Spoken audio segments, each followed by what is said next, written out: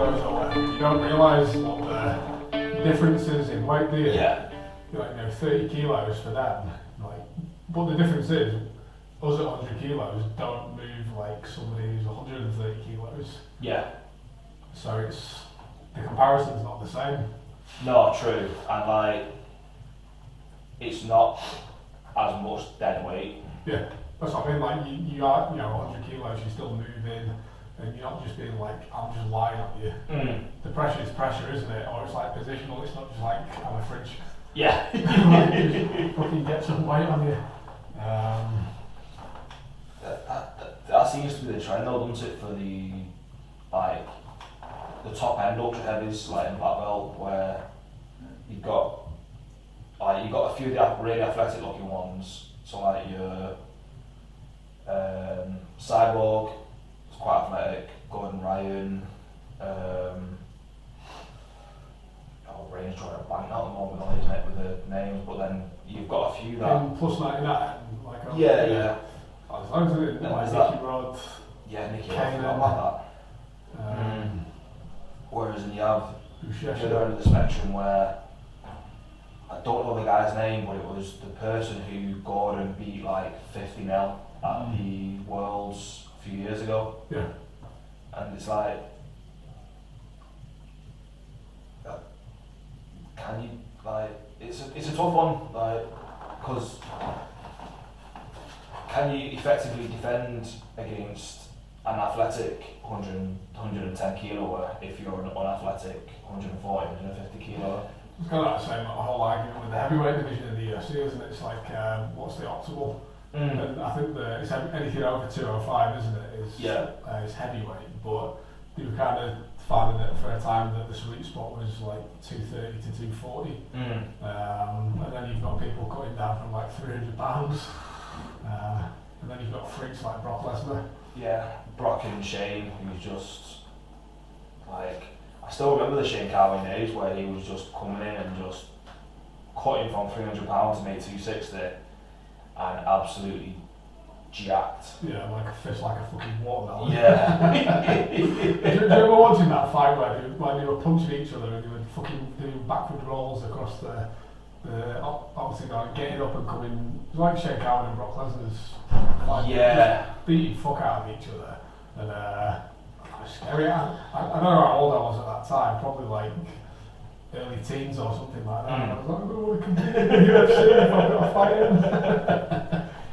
It's like, I reckon, would you say that was the today peak heavyweight era for the UFC? In terms of entertainment? Yeah, entertainment and like actually good quality fights. Yeah, possibly. I don't know, like, Cain Velasquez and...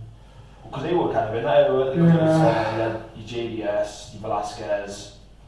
Like, I remember when Velasquez, I think he uppercutted Brock Lesnar and sent him across the ring. Yeah, Overeem was around at that time as well. Mark Hunt. I was watching Mark Hunt fight. Yeah. Especially on his kickboxing days as well, which is scary. Yeah, he's just. And who's the other? The one, Roy Nelson. Yeah. Like, they just had a good pool to select from, and now there doesn't seem to be that level of talent to go with the size at the moment. Obviously there are your standouts like Steve A's, DC's, Ngannou's coming through, but there doesn't seem to be that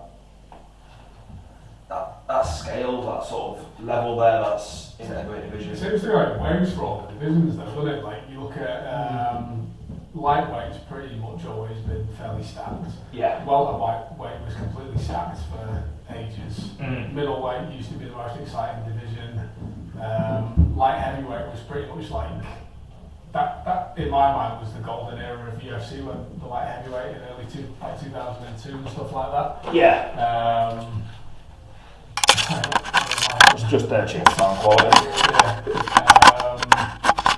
So yeah, for me, like I think that Chuck Liddell Ortiz Shamrock era of the light heavyweight was like my prime thing for the golden era of the UFC. That was like that golden division for a long period of time when the UFC really had its big ramp up.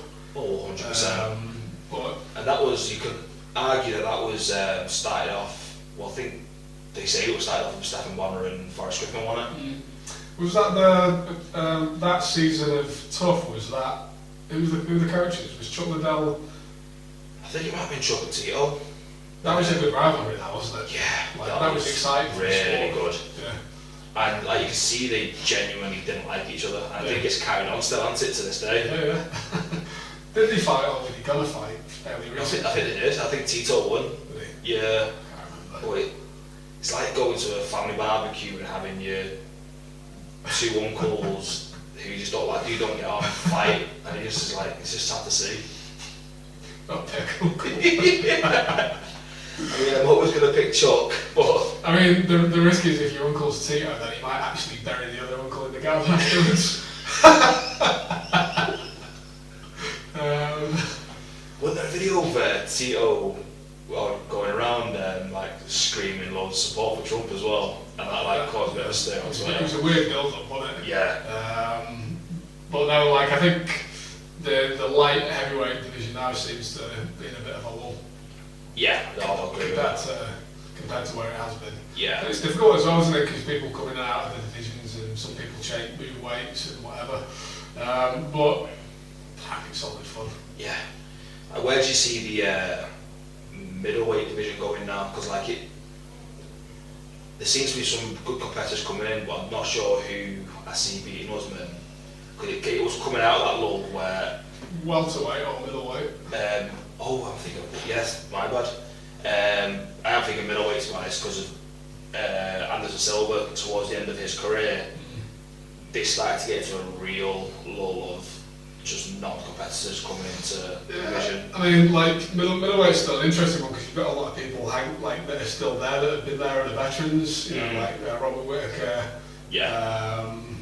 Romero's gone over to Bellator now, hasn't he? Which is a bit of a shame, but like he just seems like he was never going to do it in the UFC, even though he's probably the scariest guy in the middleweight division. Like I still have that soundbite in my head of Joe Rogan talking about like his eye tendons were like 3 times the size of a normal human, and like this guy is the universal soldier. He's a freak, isn't he? Yeah. Absolute freak. I don't know, got Paulo Costa, unless he decides to go and fight one of the Paul brothers. Yeah. I don't know, I still like the middleweight division. It's like big hitters, decent sized dudes, because you know, fighting at 84 kilos, they cut it down from 220, 210. They're the big guys, but they've got good movement.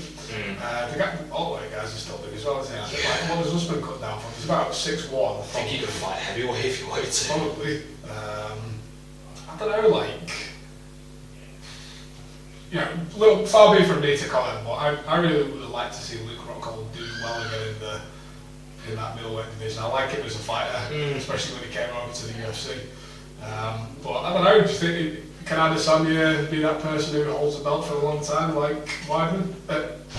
Silva? I think so, to be honest. Like, I don't think his loss at light heavyweight is going to do anything. Can Gastelum come back and do it? Potentially. But I do think that Adesanya's going to hold that for a while. I can potentially see him going down to welterweight and giving Usman a fight.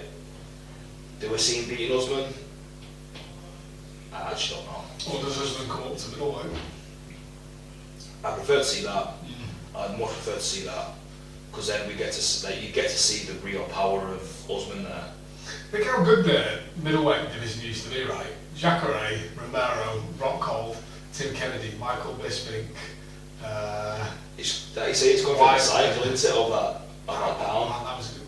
Maybe after the light heavyweight division, when that dropped off, that middleweight division was the one that picked up for me as being my favourite. Yeah. I used to get hyped for that middleweight division fights because basically just rotating that top 4 to 6 guys, everybody could have won the belt. Yeah, no, definitely. I'd have loved to see Rashad Evans go for a middleweight. I think that decision should have been made as soon as John Jones got into the lightweight division. But speaking of Jacare as well, his, like we were speaking before, like before we started recording about his arm break on the weekend. I think Muniz is going to be a strong contender after seeing that performance. I don't like to see that happen to anybody. No, there was a lot of good jiu-jitsu this weekend. Yeah. Some heel hooks. Heel hooks do work, whether you tap to them or not. Like, I think Ferguson's in a position where he needs to retire. And as much as I hate to say it, I can see him still fighting into his 50s for really, really little money on really small shows, getting beaten up by people he shouldn't be getting beaten up by. He loves it though. He does, but it's clearly taking its toll on him. And I think the incidents, what happened with his family, was it last year or the year before? Was it the way he was fighting Cerrone? I think so, yeah. Like, that's a sign of some sort of CTE taking hold. I mean, not tapping to a heel hook when it's on that deep. Like, is it self-sabotage? Is he trying to push? Is he sort of trying to really damage his own body so he can't fight again? Or does he actually believe that he's indestructible? I'm sure to be at that level, and the way that you see some of his unusual training methodologies, he probably has got the mindset that he's invincible. Yeah. But I don't know, I just want Tony Fergusson to stay around so I can watch more of those unusual training videos. True. He's doing like kamikaze flips over boxes into all sorts of weird stuff. He's great, like he's a martial artist. Yeah, he's got, like anybody who's been hit in the head that much, he's got issues that go along with that. Yeah. Far be it from me to say what somebody should do with their career, but I think just the question where, like, does the UFC say you're done for your health? I mean, like, there is a responsibility on their part to do that. Because they're an employer. I know the fighters are contracted, but essentially they're an employer and they've got an obligation to their employees when they're under contract. Yeah. And I think it would be a great sign of sort of fighter welfare to be like, we've got to do this. The way it'll be received, probably get some backlash. Like whether they do the way they did Chuck Liddell of, we're going to keep a fighting contract so you can't fight anywhere else, and we're going to find a job for you, or whether they do what they do a lot of the time, just cut the fighter and leave them to their own devices. Yeah. Tyron Woodley got dropped recently, didn't they? Who did? Did Woodley get dropped? I'm not too sure. I'll have to Google that actually. I think Woodley might have got dropped the other week, didn't he? Because there was a funny meme going around of Cowboy, like your face when Dana White drops. Oh, it's like good to be in Dana White's good books or something like that. And there's another one that I saw as well floating around speaking about Ferguson and Cerrone. The retirement match, just have them two fuck each other up again. I mean, that would be good. I wouldn't mind seeing that, to be fair. And then probably have I can't say anything about Woodley being cut. There's Woodley about trying to, no longer in the contract at UFC, and he's trying to call out Jake Paul. I just feel like Cerrone's one of my favourite fighters when he's on. And when he's on form, he's so good to watch. But he's been off form longer than he's been on form recently. Well, there was, I saw the other day, so 2 years ago, Ferguson was ranked 2 and Cerrone was ranked 4. Since then, neither of them have won a match. Oh wow. It's not like they're not active. No. Yeah, I would like to see it, and I can because it's gonna be a main event, that fight, and it will be a great payout for the two of them, and I think it'll be well deserved. But Cerrone's track record, I can't see him turning up on the day. Whereas Fergusson, on the weekend, he still turned up and he was still pushing forward, and he just got caught in a heel hook. Like his timing's not there, it just seems. But yeah, I don't know. I can see it doing. I can't see Cerrone performing in that on that fight now. Like just going off how he's performed in his past few fights. Yeah, it's a tough one, isn't it? Other stuff in the weekend, you called it. Charles Oliveira's winning the match against Michael Chandler. Yeah, I've seen the result, and I'm not going around to watch the fight yet. So spoiler alert. yeah. Like, I mean, if you've not watched it by the time this comes out, we're 15 minutes in. Like we've been talking about the UFC, you probably know that it's going to come up. Yeah. But spoiler alert. But from what I've heard and what I can gather, it was a phenomenal performance. Yeah. Like, just great fight all round from the two of them, and with both of them, it sounds like there could be potential for a rematch because of the way the fight went. Yeah, we talked about that last week, weren't we? Like I said last week, even though I called Chandler to win the match, like one of my favourite fighters, and has been for the last 10 years, like pretty much always a really exciting fight. Yeah. I think I saw a statistic actually that was saying, I think he's second or top 3 in terms of fight of the night bonuses, So, yeah. which is just speaks volumes there, doesn't it? Yeah. And they both took it. Yeah. And both brought it. Yeah, always shows up, always puts on the top performance, like never a boring match. And, no. You know, really, ultimately, as much as it is a sport, it's entertainment as well. Oh yeah. You know, there wouldn't be the money or the platform that the UFC has now if it wasn't primarily based on entertainment, because people want to see exciting stuff, which is what they still do when the match goes to the ground. Yeah.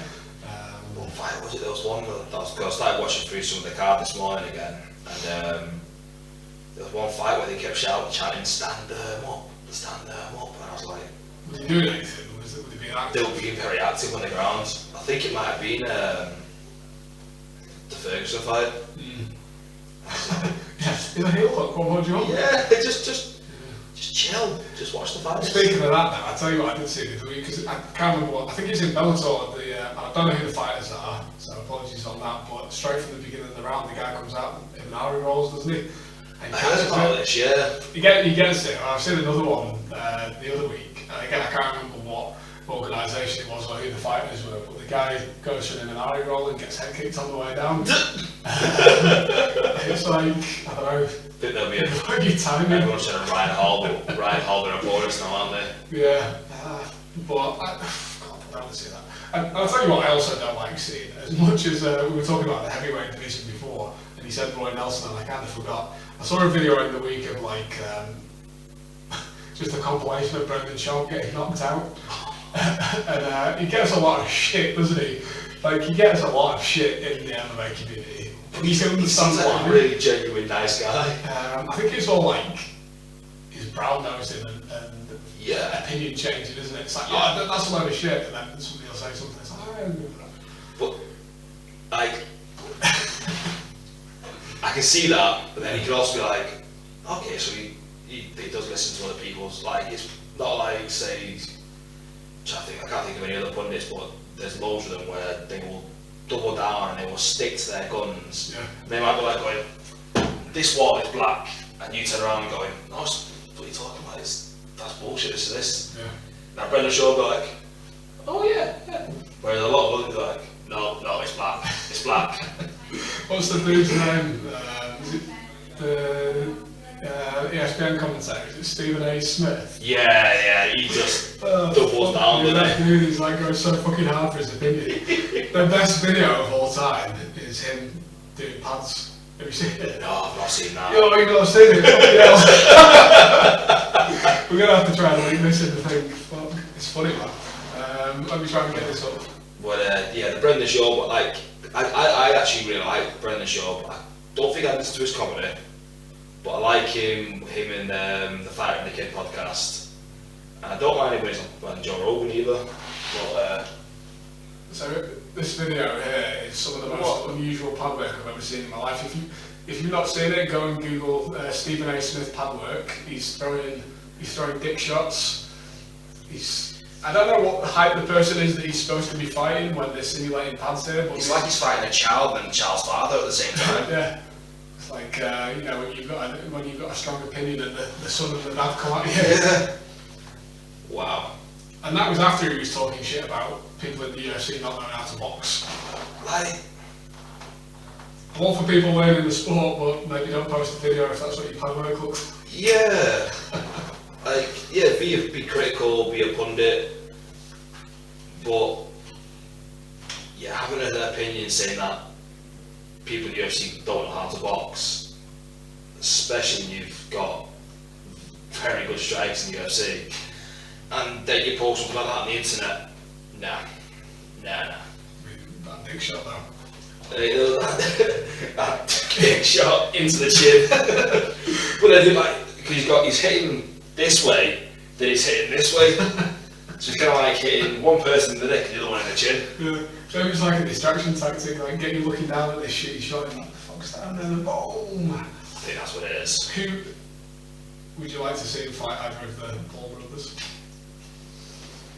Boxing's a fucking joke, man, honestly. Come on. But we did see some beautiful boxing from Canelo and Suarez the other week. Like, that's what's the fucking joke, that's what pisses me off. Boxing's beautiful. And then you've got bullshit celebrity boxing matches. Like, but they don't fight actual people that can strike. That's why it's a fucking joke. And they're getting paid more than some professional fighters. A lot of professional fighters. A lot more than the majority of professional fighters. It's like that less than 1% of people that are getting those £35 million fight contracts, isn't it? Yeah. You know, that's a whole other thing that always gets brought up as well, between how much UFC main event cards get paid versus what boxing promotion fights are getting paid. I think the only argument that can be done differently, say with boxing, and that is the boxers, aren't they involved in the actual promotion of the fight, like, you know, more so to do with the organisations that will be on Mayweather Promotions, as opposed to just a random fighter thing with a roster of fighters. Yeah, but again, like these, and that's true, but like, where's the money coming from? Like, I know it's coming from pay-per-views. There's plenty of pay-per-views in the UFC, and I think that's the criticism that people make, isn't it? It's like, you're making the money from the fighters, but you're not compensating them fairly enough for the training. Because ultimately, like, if you get, well, 200,000 for a fight, like, is a pretty good average thing, and I'm sure there's a lot of people that are not getting that much in the UFC. But if you think about it, if you're in the UFC, it is your full-time job. You don't have any time to work doing anything different if you train into that level. No. You'll pay your coaches, travel, everything, nutritionalist. There's not a lot of money left there after you've paid everything out. If you're getting like 200 grand twice or three times a year. Yeah. It seems like a lot of money, but it actually isn't. Dwindles right down, like, and there'll be other hidden costs in there as well, like tax. Like in certain states, as soon as you get paid, half that money's gone. And then you've got to give your management fee, and some management fees take their fees pre-tax, or they'll take their fees pre-cost. So you made 200 grand, then you got a 10% fee, that's 20k straight away. Then you've still got to pay for training, training partners if you've flown anybody in. Like you say, the flights, accommodation for your fight camp, your food, the nutritionist, the coaches, your dues to the gym, or whatever arrangement you've got with that, and yeah, it's probably going to come out with 70 to 80 grand. Which isn't not. It's not bad. It's bad, but I mean, it's a lot different to 200 grand. So yeah, I think there is something. I think something needs to be done with the way that they compensate the fighters. Like even just allowing them to bring back their own sponsorship. Which isn't going to happen. No. Because like, they signed another contract with Venom. Yeah. It's great for it's great for the UFC. Yeah. But you see a lot of disgruntled fighters going elsewhere for those similar reasons. Which is going to probably give Bellator enough leverage to eventually start taking over, because they've grown in a lot of stature since USADA and the Reebok deal with UFC. Not, I mean... Hey, some people want to see that, and I'm not one of those people. Oh, I will happily see two juiced up fighters go toe to toe. Can we have Alistair Overeem and Vitor Belfort just see how many steroids they can take? Yeah. And then go and fight each other?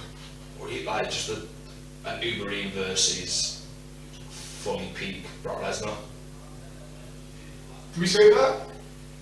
Was it? I think it was post. I think it was. Yeah, I don't think it was Uberine we had, and I don't think it was fully juiced up Lesnar. Not neither. That knee was. That Overeem knee is disgusting. Devastating. Hands down one of my favourite fights. Did anything actually happen in Jiu-Jitsu this week? I'm pretty sure it didn't again. Daisy Fresh won the team championship for, good. I think it was Nogi World or a big Nogi tournament. They won. Yeah, pretty good. But other than that, I think there was a tournament, but I've not seen much of it, to be honest. Craig Jones is on the Volkanovski's fight team, isn't it? Oh, is it? On the Tough. Oh, brilliant. Yeah. Oh. And Henry Gracie's on Ortega's team as the Jiu-Jitsu coach. So Volkanovski's going to win, his team's going to win then? By heel hook. Via fans only. Like, it came up with a discussion the other day that he's actually got an OnlyFans on it. Has he actually? He's actually got an OnlyFans. Good for him. It's like, fair play to Does you. anybody care? I don't think so. I think people just like him more for it. I think his account is going to love it. That's and there was another video as well of like Craig Jones was having doing some striking, and he was obviously uncomfortable, but they were having a bit of a laugh with it, and it was funny. And then he was doing some grappling as well. I don't think it's a match I'd like to see, but it might be interesting to watch Henner and Craig Jones roll, even if it was not a match. I think it would be interesting. But then you'd also get the video afterwards of the breakdown. Yeah. But like, Craig Jones could muller him, and then he'll come out going, yeah, so, and I won this because he didn't manage to tap me, I was able to stay safe in these positions, he mounted me, but he couldn't strike me because I was blocking my head. It's like, just admit that he got the better of you. Coming out throwing dirty bombs against the Gracie boys. That'd be quite a good fight to watch. I don't mind watching that. Yeah. But it'll be, I'm looking, is it out there, the film fight, then, or is it started yet? They recorded it, from what I can see. I've not watched the whole series in years, to be fair. No. They're good. I remember like back in the day we were talking at the beginning with some of those great rivalries were there, weren't they? Yeah. Rousey and Tate.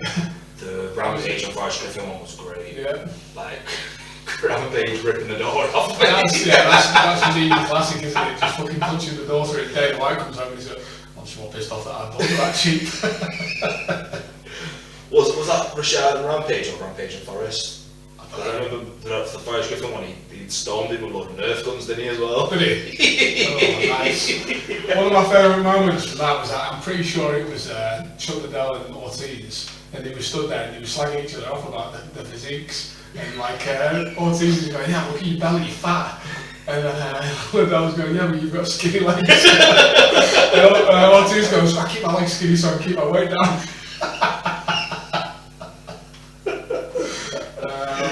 You see Ortiz's ass and going, triggered. My calves. Team small calves. Yeah. Things have opened up again a little bit. Yep. So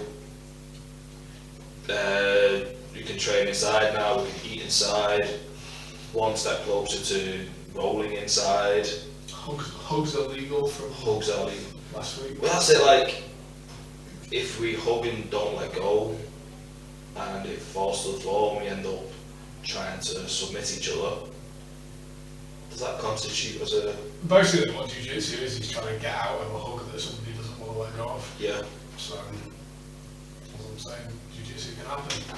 I think so. Make sure you go check out the techniques on the YouTube channel. We've added a continuation from Bond's half guard pass this week, so it should be out this Saturday. Make sure you follow, subscribe, hit that like button, share. Let us know if there's anything you want to see or any subjects that you want us to go over. And make sure you follow Bonafide PT, coached by Si, with the Grapplers Academy. I think with that, putting those out on Saturday morning as well, let us know in the comments if anybody's still listening at this point, but we put them out early, so if you go into an open mat, check the technique, get up and have a cup of coffee. That's the reason why I put them on early on a Saturday. Get up and have a cup of coffee, watch the technique, and then go and try it out at training, and then you can actually coach about it as well. If you see the video, you're like, oh, that might work really well in my game, and then you try it, and with your coach or your training partner, what do you think about this? How does this work? And then just refine it up a bit, because you'll get most of the details from the video. But then you coach a lot better details in person while you're there as well. So definitely. Good way of doing it. Get them on. But if you think it'd be better in the week if you do most of your training in the week, and want that upload in the week as well, we can rearrange it like that. No, let us know. Like I say, we're putting this content out for you guys, so make sure you let us know. Cool. Spot on.